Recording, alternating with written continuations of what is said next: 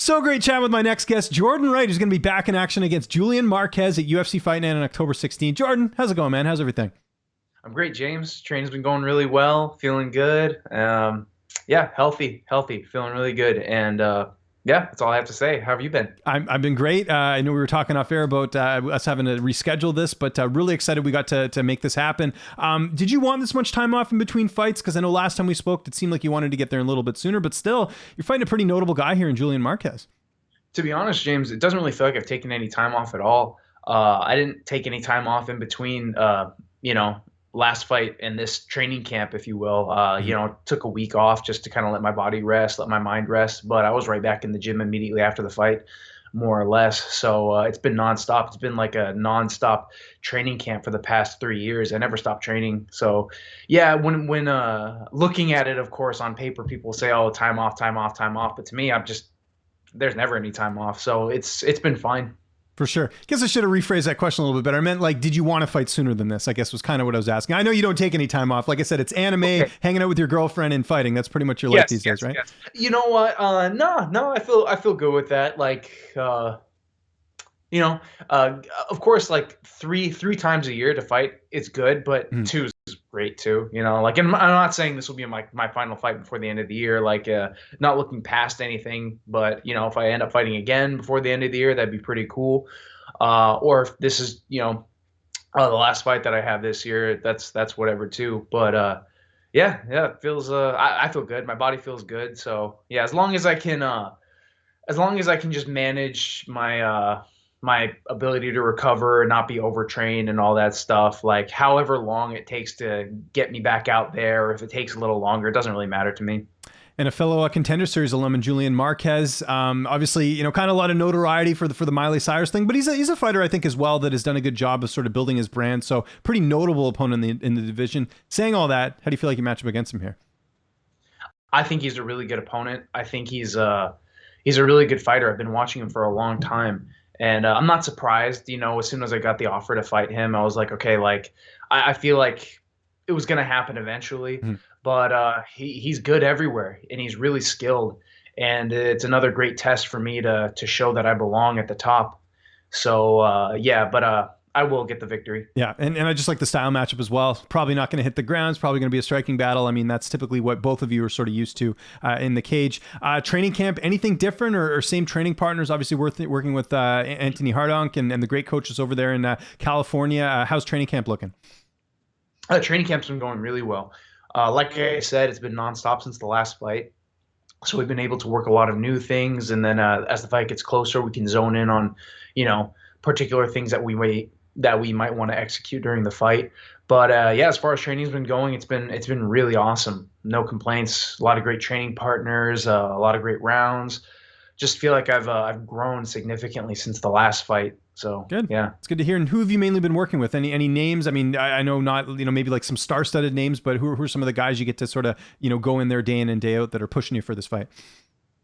So Sean Crenshaw is an amateur fighter. I think he's going to make his pro debut at some point. I'm not sure, but he's been a main staple for my last two training camps. Actually, very tough, can emulate a lot of different you know, styles. You know, whatever. You know, the way Anthony trains all of us, it's kind of, he wants us all to be like adaptable in a lot of different ways. So of course, like I'm never gonna fight like Mike Tyson, but I can certainly. I'm certainly able to throw certain moves and strikes that can emulate someone like Mike Tyson, you know? So what I like about the way that Anthony trains all of us is that no matter who we're fighting, we can all kind of emulate a potential opponent for each other. So yeah, Sean Crenshaw has been one of them. Kevin Crane, Marcus Gottlieb, good friend of mine, Lucas Drews. He just had a knee surgery, but he's still in the gym and helping me out as much as he can. So yeah, been getting a lot of good guys. Is it tough doing the weight cut? I know you don't cut a ton of weight, but you know, when you got a girlfriend, you're probably going out for dinner. I'm sure you want to eat, and you live in Cali, right? Some really good food out there. How is that, you know, trying to cut weight and also be a good boyfriend as well? It's not that big a deal, to be honest. Like I'm a good sized middleweight, you know, I'm a pretty big dude for the weight class. And I could certainly like when I hear people who cut to middleweight from like 220 and stuff, I'm like, that's absolutely insane. And then I'm like, if I lived a normal life like everyone else, I could get that big, Mhm. But I always make sure I keep a good eye on my diet and my weight all year round. But no, I still enjoy my food. I still enjoy food with the family and with the girl and all that stuff. It's never really too much of a detriment. I make sure as the fight gets closer to take a few weeks to be like, okay, now we have to really zone in on this. But as far as worries when the weight cut comes, it's never really much of a worry. I'm disciplined, so I always make it. It's not the funnest thing in the world, but it really does kind of get your mind right, for battle. You mentioned it there. You feel like you're going to win. Otherwise, why sign the contract? But how do you envision the fight going down? The reason I ask that is, Julian's a pretty tough guy to finish. And I know you don't like getting paid by the hour. Yes. So it's so funny because my last fight, I really wanted to. I was really prepared to spend a lot more time out there with Jamie Pickett. I was moving around. I remember being in there, being like, I can do this for 3 rounds. This is perfectly okay. Like whatever. And then, like always, I saw the finish and I took it. But with Julian, I'm ready for a 3 round fight, or to finish him as soon as I see the finish come. But no matter what happens, I'm not gonna rush it. I'm just gonna play my game and do my thing. And for a guy as tough as he is, you can't go out there thinking you're just gonna swing for the fences and clip him and then make it a short night. I'll be prepared to go as long as I can with him. And yeah, so I'm not exactly sure how it's gonna go, but yeah, I'll get the win.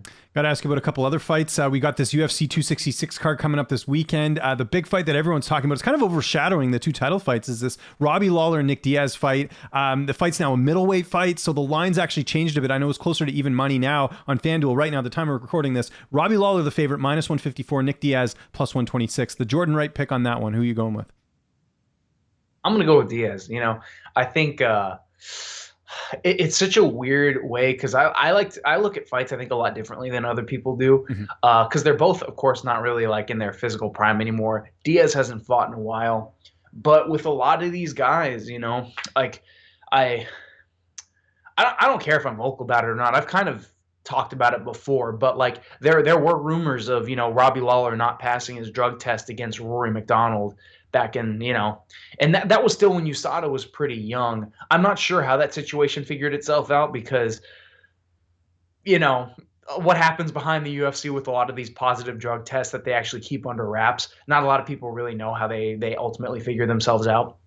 But if he's not taking the same stuff that he used to, that could be a detriment to Lawler as well, unless he's on that same South Beach diet that all those other guys in Florida are doing right now, where all of a sudden, USADA comes in and they look like crap, and then a year goes by and they look great again. They're on that untraceable crap. But I'm gonna say I'm gonna go with Diaz this one. I think he's the clean fighter, and I always go with the clean fighter. What about Valentina Shevchenko and Lauren Murphy? Valentina Shevchenko, this is like boxing odds. Minus 2,000. Lauren Murphy plus 920. Who are you liking there? Shevchenko. I look, no disrespect, but I don't even know who Lauren Murphy is. So okay. I'm going to go with Shevchenko on that one. And then main event a little bit closer. Alex Volkanovsoki minus 176. The comeback on Brian Ortega plus 142. Featherweight title fight. Who are you liking there? Yes. I think Volk. I think it's Volk's time right now. And yeah, T-City. He's a great fighter too, although I call him Testosterone City because of that one failed drug test. I know I keep bringing this up, but it's just like, when it comes to guys like that, I'm not saying that Volk probably isn't on anything either, but, Ortega already did test positive once. But I'm going to say Volk. I think he's just more well-rounded, and Ortega does get hit a lot.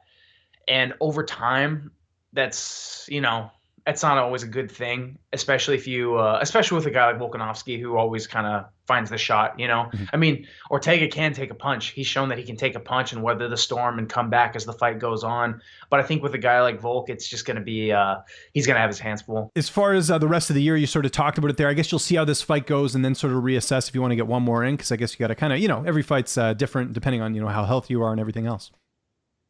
Yeah. Yeah. I'm just focused on this one right now. Yeah. Of course, like I'm a martial artist, I am a fighter. Every time I go out there, I'm prepared to die and give it my all on that night. But just as well, like you also want to keep an eye out for potential things that can happen. So I would like to, if my body's good enough, I'd like to get this victory and then move on and fight again before the end of the year or even early next year.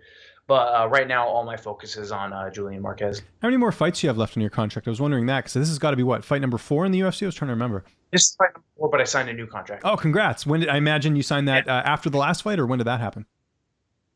Going into this next fight. Cool. That's great. How does that feel, man? Because again, like, you're a guy that like I said, worked your way to the UFC, and now you got this big fight against Julian Marquez, and the company's behind you, right? It's not like you have to worry about free agency or anything.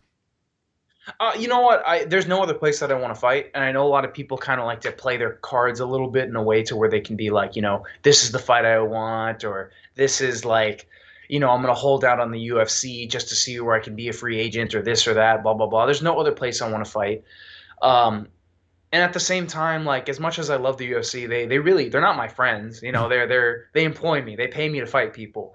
And there are hundreds of other fighters under contract with them. And for a lot of the UFC, they look at us as kind of like, we're just lucky to be there. And it's their business. I'm not saying, like, I love what they've done. I love everything that Dana's done and all these people have done.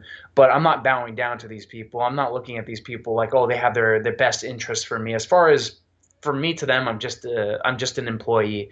And no matter how far up the ranks I go, when I become champion, all this, all that, fighters still tend to have these weird kind of love-hate relationships with the company, no matter how well their career ends up going. So I'm very appreciative of it. I'm glad that the UFC does look out for me in that sense. But to them, I think I am a little like a lot of fighters are expendable to them. They don't really care about me. They just want me to fight. So yeah, I keep a good head on my shoulders in that regard. I keep a good team around me to where I can keep doing well and keep getting better fights and keep working my way up. Love the honesty, man. That's one of my favorite reasons. I love doing interviews with you. That, and you always smile. I don't think I've ever seen you upset at all, too. So those are two bonuses. Jordan, really appreciate the time. Anyone you want to thank, any sponsors, any social media, I'll give you the last word. Yes, like always, I want to thank God. I want to thank my mom and my dad, my girlfriend and my whole team. And I want to thank you again, James. Like I've said this before, but you're my favorite guy to do interviews with. You always keep it honest and straightforward. You're never trying to dig and get any controversy. And I don't know, sometimes I feel like I let my guard down a little bit with you. I think I was a little more ritzy in this. It's all good. I appreciate the honesty, though. That's good, man. That's what I like. I'm not gonna lie to you. It is something that I want to talk about in regards to like all the people who take steroids and stuff like that. It is something that it's like, look, I just have to deal with it. People are slipping through the cracks. But yeah, throughout this interview, I was kind of planting things like that and showing, because that is how I feel. I think a win while on gear is not a win at all. And a lot of these guys are not getting busted. And as much as I do love USADA, I think they need to do a better job sometimes, because I don't know if it's because they're buddy-buddy with these guys or if these guys are just legitimately slipping through the cracks. But no matter what happens, I will be champion and I will do it clean.